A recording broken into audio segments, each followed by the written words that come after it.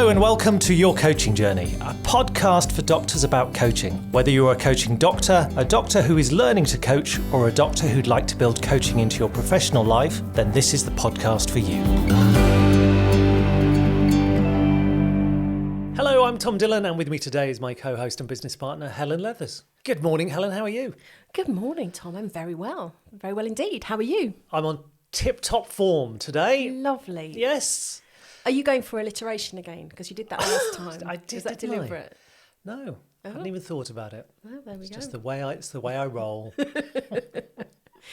Excellent. So we're both good. Yeah, we're both ready for another podcast. And we are going to be talking about a tool that might be useful in the coaching room today. We are, and the tool we're talking about is the drama triangle. Dun, Or dun, dun. Stephen Karpman's yeah, thank you.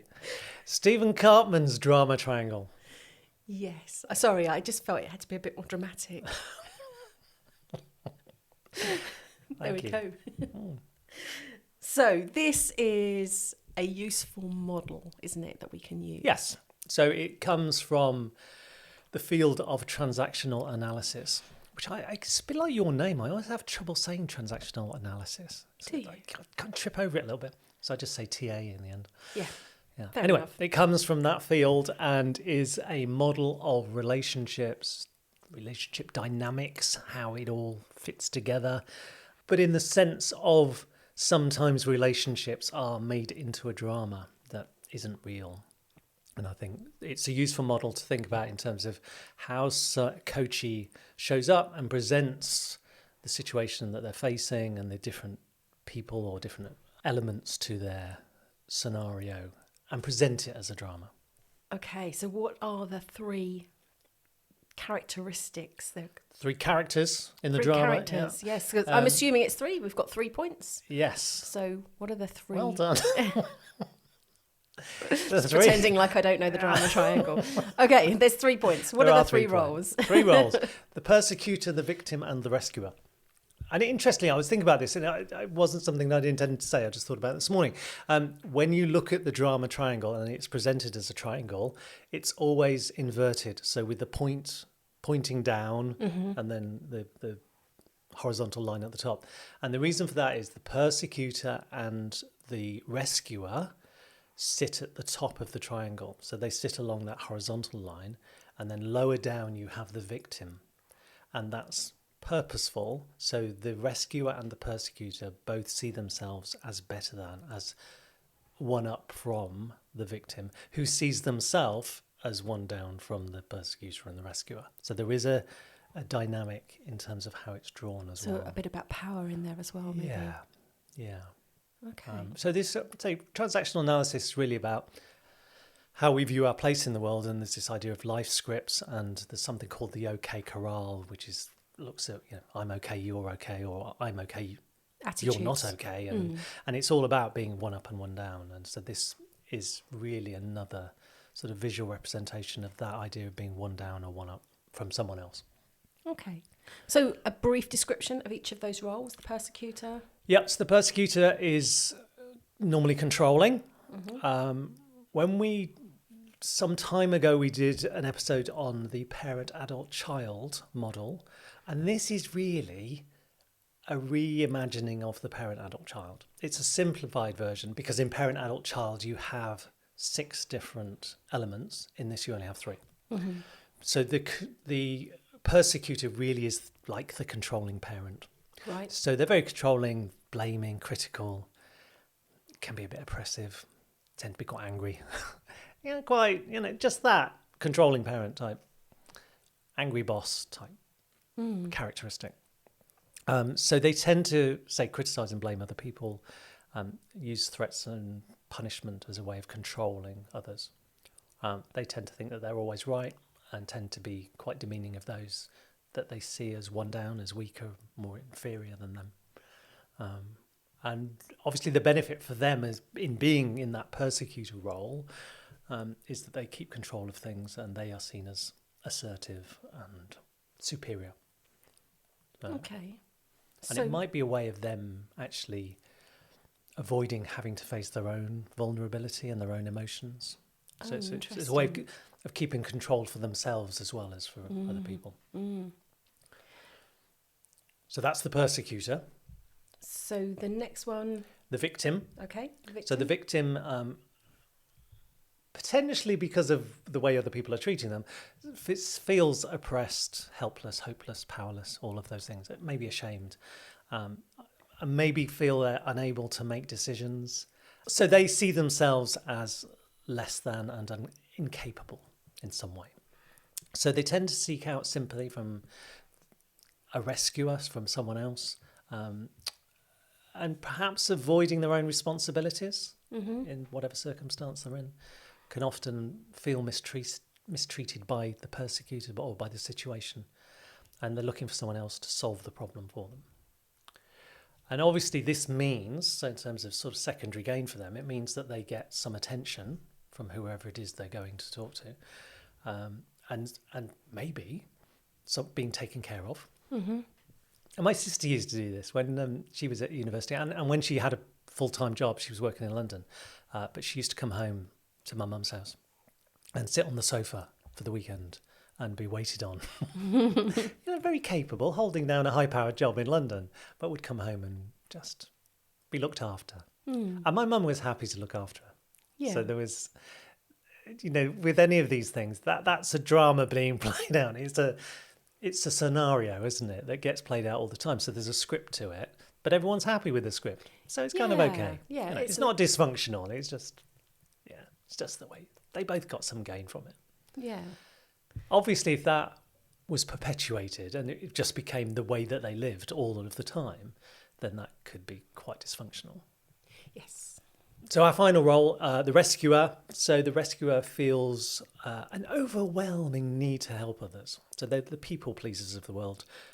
Often, to their own detriment, their needs aren't met, but because they're busy meeting the needs of everyone else. So they do the caring, they kind of enable the victim, and are really supportive and feel guilty if they're not supportive. So classic sort of people pleasing. And the whole concept of people pleasing comes from transactional analysis as well. So it all feeds in together. So rescuers will quite often offer help when it's not been asked for. They'll just go, "Oh, I'll do that."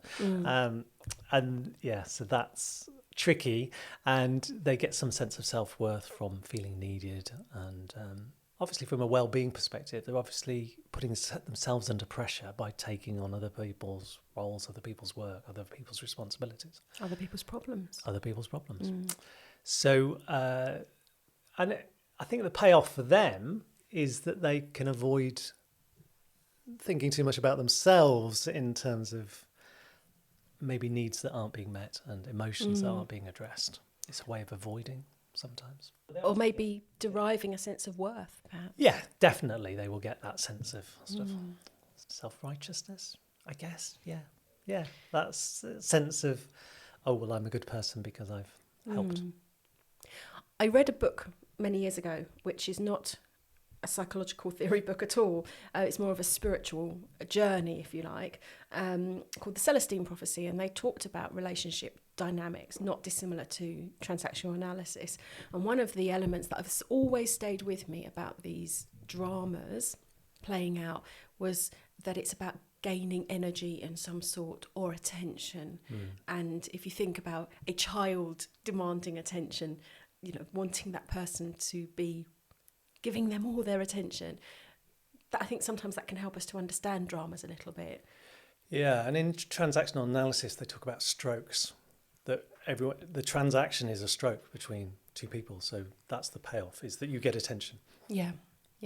And sometimes that's quite negative attention, but negative attention is better than no attention at all. So, you think about people pushing someone else's buttons to get a reaction.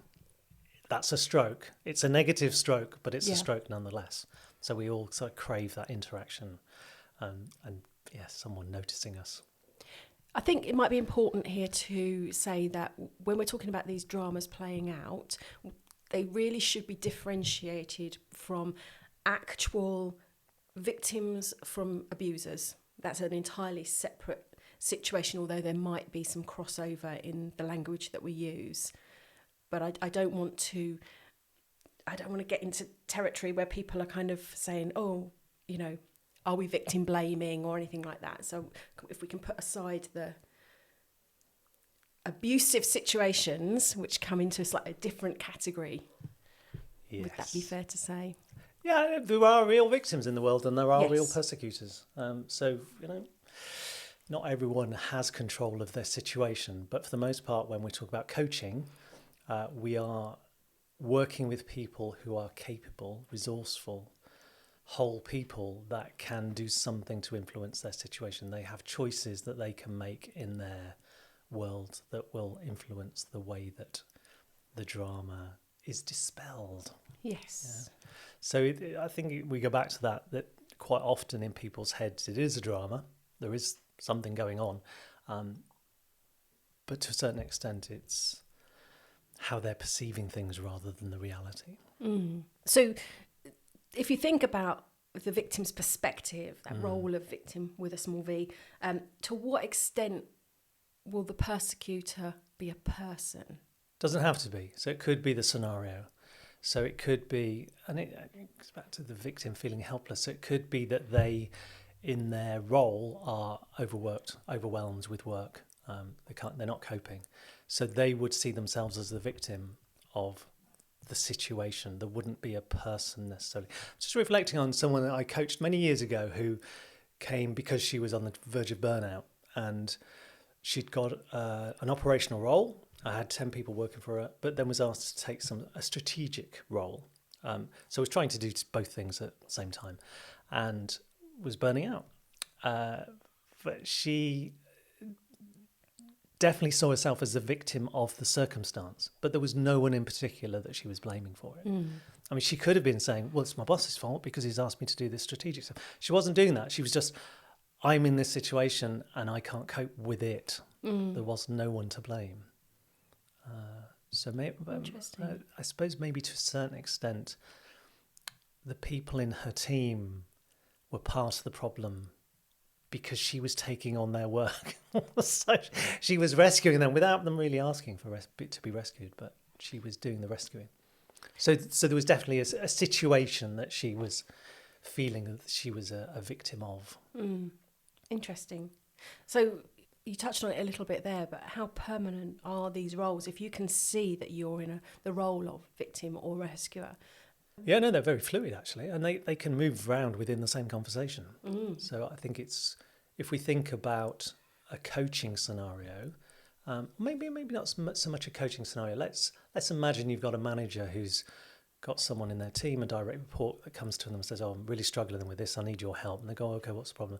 And they tell them and they say, well, why don't you do this? And they go, oh, no, that's not going to work because of this. And they say, well, what about if you try this then? I go, well, that's not going to work either. And they go, well, how about if you do this? And go, well, that's not going to work. Oh, you're rubbish at this. I come to you for help and you no help at all. So there's a victim showing up, a rescuer trying to help, but within the same conversation, the rescuer has actually turned into the victim and the victim has become the persecutor because they're blaming the rescuer for not being able to help. So suddenly we've got someone who, the manager, feeling foolish and de-skilled by the victim. And that's a game being played out. Eric Berne, who's the founder of Transactional Analysis, wrote a book called Games People Play. The book we don't recommend. The book we don't recommend. Yeah. Although someone challenged me on that.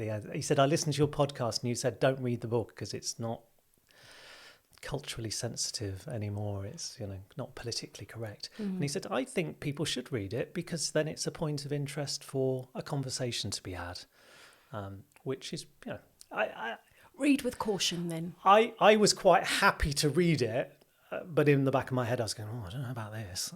But I've studied psychology, so I'm quite open-minded, but I can imagine people being offended by it. So this is one of those games that a psychological game that Eric Berne points out in his book, which definitely feeds into the drama triangle. So that's a victim showing up, not really wanting any help, but wanting to prove that the rescuer can't help. So that's a quick change round of the roles. Yeah. But in terms of relationship dynamics, I think in my marriage, which we kind of had our scripts that we got played out. If we had an argument, the script would get played out in the same way regularly. Not that we argued all the time, but when we did argue, the script got played out. And so if I disagreed with my ex-wife, she would cry. And I'm very easygoing. I don't shout, I don't scream, but just the disagreement would upset her. And so I then became the persecutor. She became the victim, and she wouldn't come out of that sense of distress, and it could go on for a couple of days, until I rescued her and either apologised or said we'll do it your way, or whatever it took to raise her out of that place of being a victim. And then she was fine. But it took me to swap roles and become the rescuer. Interesting. Yeah. So what are some of the other interaction patterns that we see? So obviously the victim rescuer we've spoken about already. And I think to a great extent the rescuer is quite happy with their role if it works well. So we talk about in the coaching room not giving advice because that's rescuing behaviour. The victim will be happy for you to give advice on the whole. They might not follow your advice, but they'll be quite happy for you to solve the problem for them.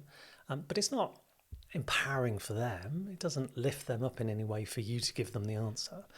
But the payoff for the victim is they don't have to do the cognitive effort of thinking about anything. They just get the answer given to them. And actually probably disempowering.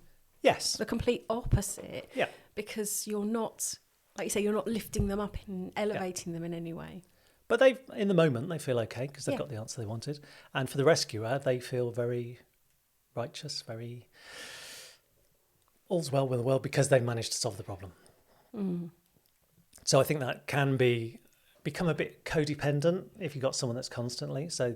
But you can see how that can easily lead to quite, as you say, disempowering behaviour from the victim.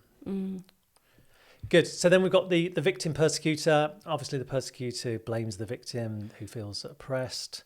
And that could escalate. So you could get someone that ramps that up a bit and does more of it. Some people feed off it, don't they? So that's a tricky one. So another role that could maybe switch round is the rescuer-persecutor dynamic. So the rescuer, if they're talking to someone who's presenting as a victim, may not be taking their advice and they might not be doing as they're asked. And so the rescuer could then start to become the persecutor and saying, well, you're not doing as I said. And they can start to blame the victim for not taking responsibility. So it's quite a fluid thing. And in the coaching room, I think we are going to get people present themselves. They probably won't present themselves as the persecutor. I think it would be highly unlikely. Highly unlikely, but they might, in the terms of the way they describe their behaviour, you might see them as the persecutor. You might see them as being quite controlling. I had someone, it wasn't coaching, but in a workshop situation where he was very controlling. And we were talking about using more of a coaching approach in terms of leadership.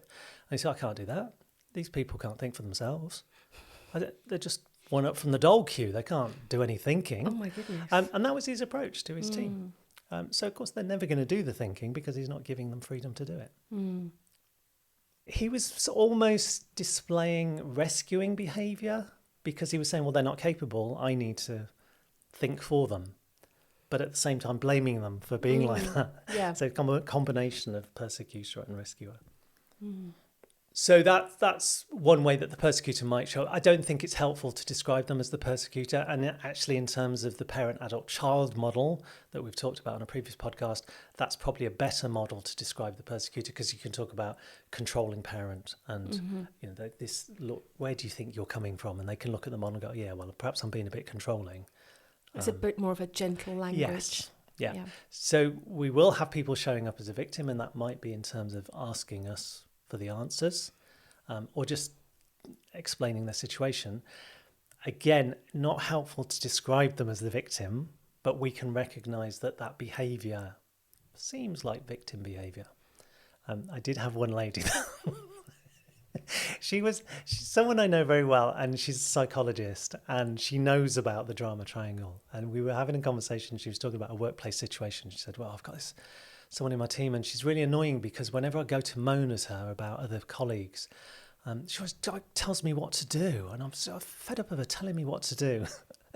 And I said, so it sounds as though she's being a rescuer. So to what extent are you inviting that way of being? I said, so what, you're saying I'm the victim? Well, I was trying not to. But you did. But I can't, and she was quite offended at the time by me making the slightest suggestion that she might be presenting in that way, and said, no, I'm definitely not doing that.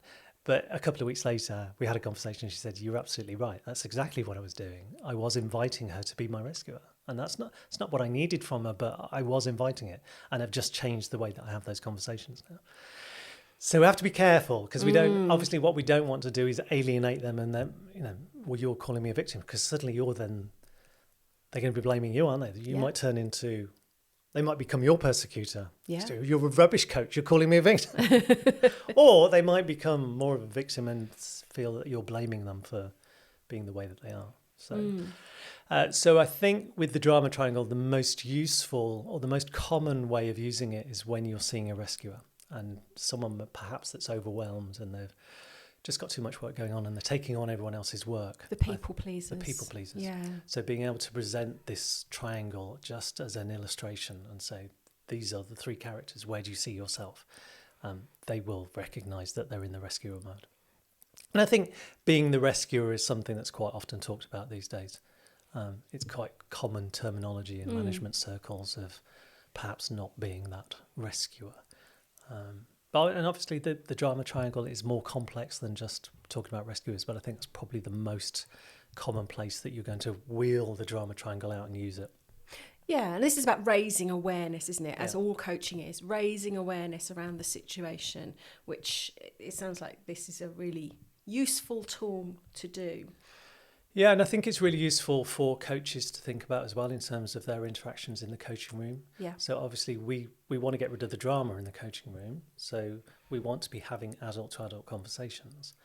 But sometimes that's about noticing what you notice in the way that someone shows up. And if they are presenting themselves as a victim, asking them open questions that invite them to think about the situation in a way that allows them to lift themselves up. And find their own answers and know that they're capable of finding their answers. It's a very empowering place, the coaching room, because we're trying to invite people that are presenting as a victim to think for themselves.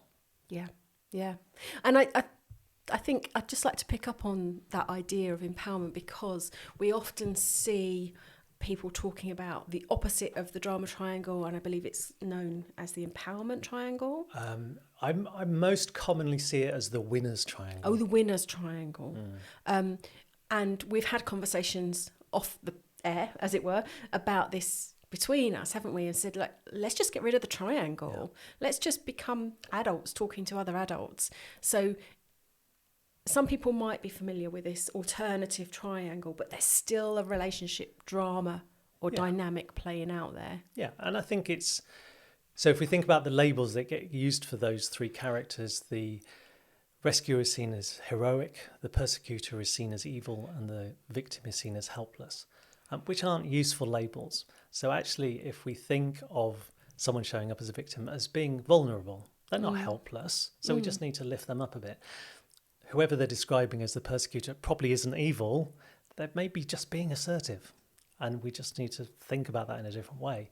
And the rescuer, if we're the coach, we're not there to rescue. We're not heroic. We are perhaps a resource. We're perhaps supportive. But we just need to get rid of those characters, get rid of the drama, and it's just people talking to people. Yeah. So whilst it raises awareness and it can be useful and helpful to understand, perhaps to take some responsibility around our own role within those dynamics, if we can step outside of the drama, if we can step outside of the triangle, then that's what we're aiming for ultimately, isn't it? And I think coaching is a great place to explore this sort of dynamic where some can explain how they're thinking about it. And sometimes, it's faulty thinking. Sometimes none of it is true. Yes. They've just made a story up in their head because, they've had one interaction with someone or maybe someone's ignored them one morning. So, we can very easily go to that place of enemy action when there isn't any there at all. And we can also go to that place of feeling helpless when what we really need to do is to think through our problem. And obviously coaching is a great environment in which to do some proper thinking, to slow everything down and think properly about it, and to raise ourselves up to be capable. Absolutely. So this fits in, I think, really beautifully with transformational coaching, because it's layered, it's nuanced. You can see how it perhaps interacts with other things. You've mentioned there about faulty thinking. You've mentioned about telling yourself a story. So there's some cognitive behavioural coaching that could come in there to help. So it's it sounds like it's quite pliable. Is that the word? Flexible. Pliable. I think it has its different uses. I think it's obviously we talk about relationships, but that could be family relationships, it could be workplace relationships. So anywhere where people are interacting with other people, I think those dramas are going to show up. And if we can get rid of the drama and get back to talking to people properly, that would be good. Someone was talking to me about this yesterday, about those dynamics that go on, and sometimes the conversations are difficult to have because of the history involved. And I think it's absolutely true that it's the scripts that get played out. I talked about the script that got played out in my marriage, and I think that can become problematic. And sometimes when you change the script, you're the only one changing the script. The other person doesn't know you've changed the script. So sometimes you can still have problems until a new script has been formed and a new way of being. It's like changing the dance halfway through. Yeah, but this guy was saying yesterday, he said, but I could easily see that if I changed the script, they wouldn't like it and it would just make matters worse. And that is perfectly true, that it could. And it could be that you choose not to have a relationship with that person. That's a possible option, isn't it? There are still choices to be had. But I think giving it proper thought and thinking about how do I navigate this relationship in a way that will work, or I'm going to do my best to make it work, but if it doesn't work, maybe I just need to remove myself from the relationship. Yeah. And I suppose that thinking this through and making a shift, you've got to think about long term. Do I stay in that difficult dynamic because it's easier in the short term, or do I go through a little bit of pain and we work something out in the long term? And if you think about staying in the relationship, for whatever reason, you could be coming from a place of victim. That, well, I have no choice but to put up with this behaviour or this dynamic. I can't do anything to change it. But we always have choices. Yes. Fabulous. That's been a really interesting exploration of the drama triangle. Excellent. That's good, because I didn't know I was going to do this morning. It just came to me. I thought, we haven't done that yet. We did say back when we did transactional analysis that we would do it. So I thought it was a good time to dip into it. Brilliant. Well, thank you for that. I think it's, as I say, really interesting to explore and hopefully useful for our listeners to have a think about, perhaps for themselves as well as for the coaching space. Indeed. Next time on the podcast, we're going to be talking about the topic that sometimes people might bring to the coaching room of well-being. Well-being, yes. A huge topic. Huge. And obviously a huge focus for coaching these days. Yes. Obviously come to the fore. Maybe the last 10 years, well-being coaching has become a huge phenomenon. So I think it's worth exploring. So we'll give our next podcast over to that. I shall look forward to it. See you next time. Thank you very much. Bye for now. Bye for now.